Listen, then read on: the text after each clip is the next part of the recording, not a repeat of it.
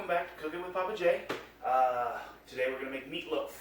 Alright, it's a very simple recipe, very easy to put together, and it always usually turns out great. Okay, so I'm going to go ahead and start with preheating the oven to 350 degrees. There we go. Now what I'm going to do is go ahead and get the the ground beef into our mixing bowl here. Now there's no need to pre-cook anything as far as this goes. What we're going to do is we're just going to go with refrigerator temp hamburger or ground beef into a bowl. I'm making portions for 2 pounds. This makes one decent sized loaf, feeds probably three, 4, 5 people, somewhere in that ballpark. It feeds our family pretty well. Alright, so what we're going to do is we're going to start off with 1.5 cups of breadcrumbs. Okay. So go ahead and get this out.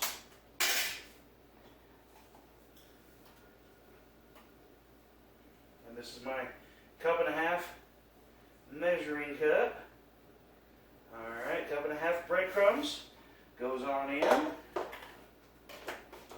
Then what we've got is our onion soup mix. 1 packet of the onion soup mix goes in. Alright, like I said, this isn't a, you have to put it in any certain order. You can kind of pick and choose how you'd like to do it because everything goes in the bowl and then you start mixing. We're going to do a 1/2 teaspoon of pepper. There we go. And you can always add more when you get to the table. If it doesn't have enough seasoning for you, you can always add more. Then we're going to do a 1/2 teaspoon of salt.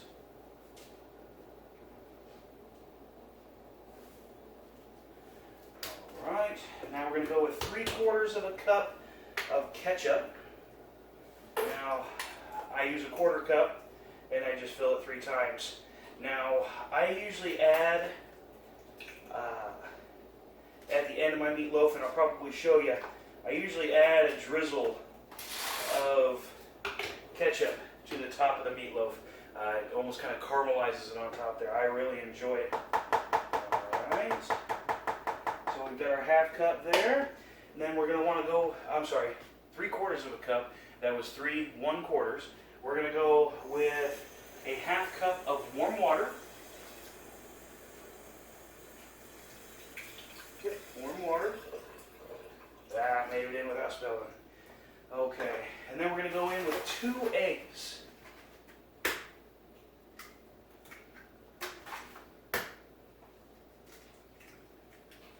Alright, 2 eggs with no shells. I like it. Alright, last but not least, we're going to go with, and I apologize for the noise, I should have probably opened this earlier, but 8 ounces of tomato sauce. Okay. Now what you're going to want to do is take some cooking spray, and you're going to want to spray. I'm just using a bread loaf pan. It works great. Go ahead and give it a nice spray in there so it doesn't stick to it, because that's where it's going to go into.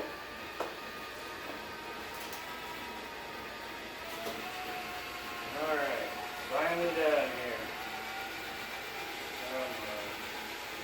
There we go. Alright. Like I said, 8 ounces of tomato sauce. Now, it's time to get our hands dirty. I did wash my hands before we started. So, what we're going to do is we're just going to get in here and just mix this all around and make it into one big sloppy mess in here. Then we'll go ahead and transfer it into our bread loaf pan, and then we'll throw it in the oven at 350 degrees, which I've got preheating right now, for 1 hour. Okay, but like I said, I will put a drizzle, and I'll come back and I'll show you that when I get ready to go into the loaf pan. So we'll be right back as soon as I get this mixed up. Alright guys, and we're back. As you notice, I did a little bit of cleanup while I'm waiting for my oven to preheat here. So what I'm going to go ahead and do is I've already greased my pan, and I'll show you what the meatloaf looks like. It's just a big ball of meatloaf. At one point you think that all the liquid in there isn't going to actually absorb in, but it does really well. So what I'm going to do, just scrape right off. Oh, there my oven decides to go off. Alright, so it is preheated, and you can see that almost all of the moisture is completely gone and it's all in the loaf. That's what we're kind of looking for. So we'll get our meatloaf pan over here and we're just going to scoop and plop it in. Okay, what we want to do is we want to line the entire bottom and we want to get it all the way out on the edges of the actual bottom. So I always get in here and I push it down and around because I want it to get all the way down in there. Now you can choose if some people like the outsides a little more because they are a little crispier than the insides. Like my wife, she likes the outsides of the zucchini bread, the banana bread, all those types of breads. But also with the meatloaf, she likes the heels as well. So what we'll do is I'm just going to make one today. Sometimes I split them in two and just make them skinnier loaves, but that means more heels and everything like that. So as you can see, almost all the moisture's out of it because it's all absorbed in those breadcrumbs and inside that meat. So we'll get it all inside here. Alright, get that cleaned up here in a second. And then what we want to do is what I usually always do, because it doesn't actually rise like a loaf of bread. I kind of make mine with the sides like this here, because then I go ahead and drizzle ketchup on top, just to give it kind of, like I said, it kind of caramelizes the top of the, not only the meatloaf, but then the bread itself starts to caramelize. So we'll just get this kind of pushed down around all the sides. Alright, get it in here just like this. And like I said, like any other, I've said in some of my other videos I guess, your internal temperature is going to decide your final cook time. So usually in about an hour, I'll get my meat thermometer or cooking thermometer and I'll stick it right in the middle of my meatloaf, because I want to make sure the middle's done, because I know the outsides are all going to cook, but that middle, I don't want to serve somebody half cooked meatloaf. Okay, so what I do here is I just take it like this here and just kind of drizzle it back and forth all the way along this, just because I like the extra caramelized ketchup up on top. Okay, just adds a little bit extra flavor. So, that's my meatloaf going in. We'll see you when it comes out.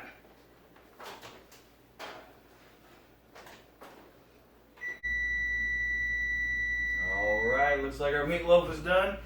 Once again, like I said, I always use a meat thermometer in order to find out whether or not the meatloaf is done. Okay, because once again, the final temperature is going to make the decision on whether or not the meatloaf is done. Oh, it's looking so good. Oh, yeah. Let's go ahead and stick a thermometer in it. And I always stick it in the biggest part, right there. Let's see what we got.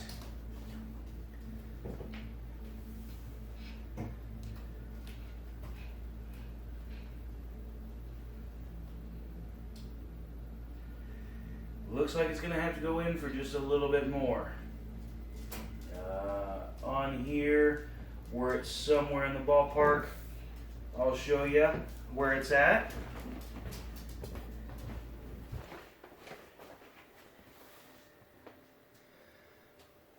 We're somewhere in the ballpark of about 135 degrees. Somewhere right in there. I like to be somewhere around 170 degrees. That way I know that it is fully done. So we'll go ahead and throw it back in the oven for another, let's do 15 minutes, and we'll come back and check again. I'll be back.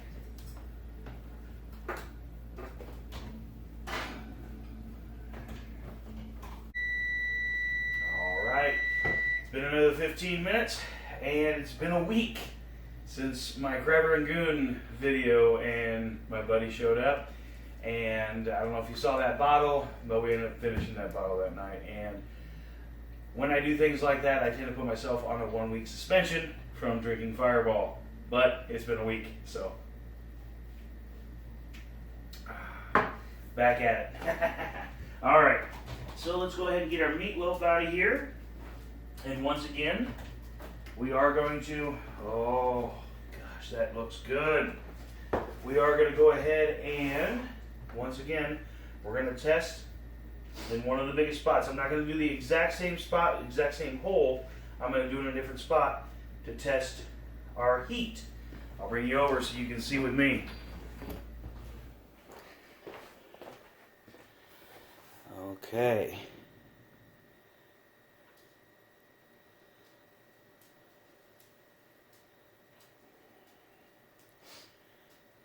Looks like we're up to about, I'd say, I'd call that let's call that 155. So, back in the oven it goes, because I want to make sure it's done for my family and nobody gets sick from eating raw meat. Almost 160. Almost 160. So, let's go back in for 15 more minutes. Alright, looks like it's been an hour and a half. And the recipe calls for 1 hour at 350, but that might have been because he was planning on 2 loaves. I want 1 loaf because I want meatloaf sandwiches. That's basically the reason why I'm making this. Alright, so let's get it out of the oven. Verify that it's done.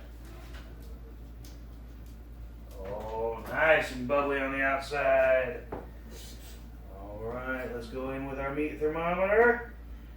Big piece, and let's check it out together.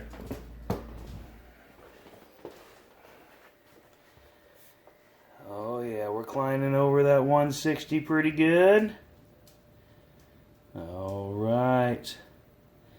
And there's our 170. So that verifies to me, guys, that that is done enough for my family. Nobody's going to get sick.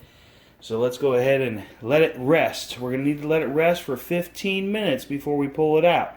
So we'll be back in 15 minutes. Okay. So, what I usually do, like I said, I like to make these in a big pan for sandwiches. I mean, let's face it, that's what I'm kind of looking for, is meatloaf sandwiches. So, let's go ahead and cut it in what I consider to be sandwich size.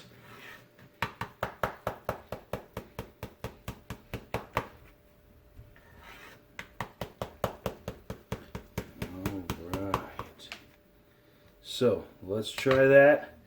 See if we can get some out of here without breaking it apart too much.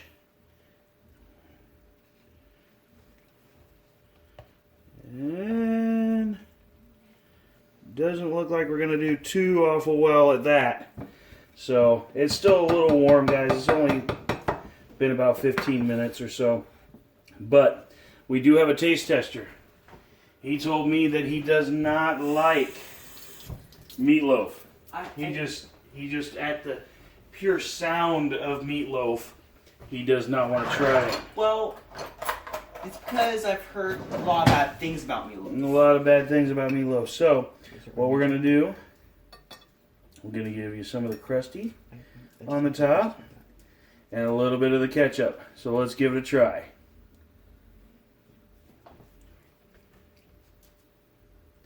How is it? Pretty good. Pretty good, alright. Well, ladies and gentlemen, what we'll do is we'll go ahead and end this video here. Huh? That's really unexpected. It's really good. Definitely unexpected. Alright, I like that. So we'll go ahead and end the video here, and I'm going to let it cool down quite a bit more. I'll probably put it in the fridge once it cools down quite a bit, and then that way I can go ahead and slice it up for meatloaf sandwiches. Alright, guys, have a good night.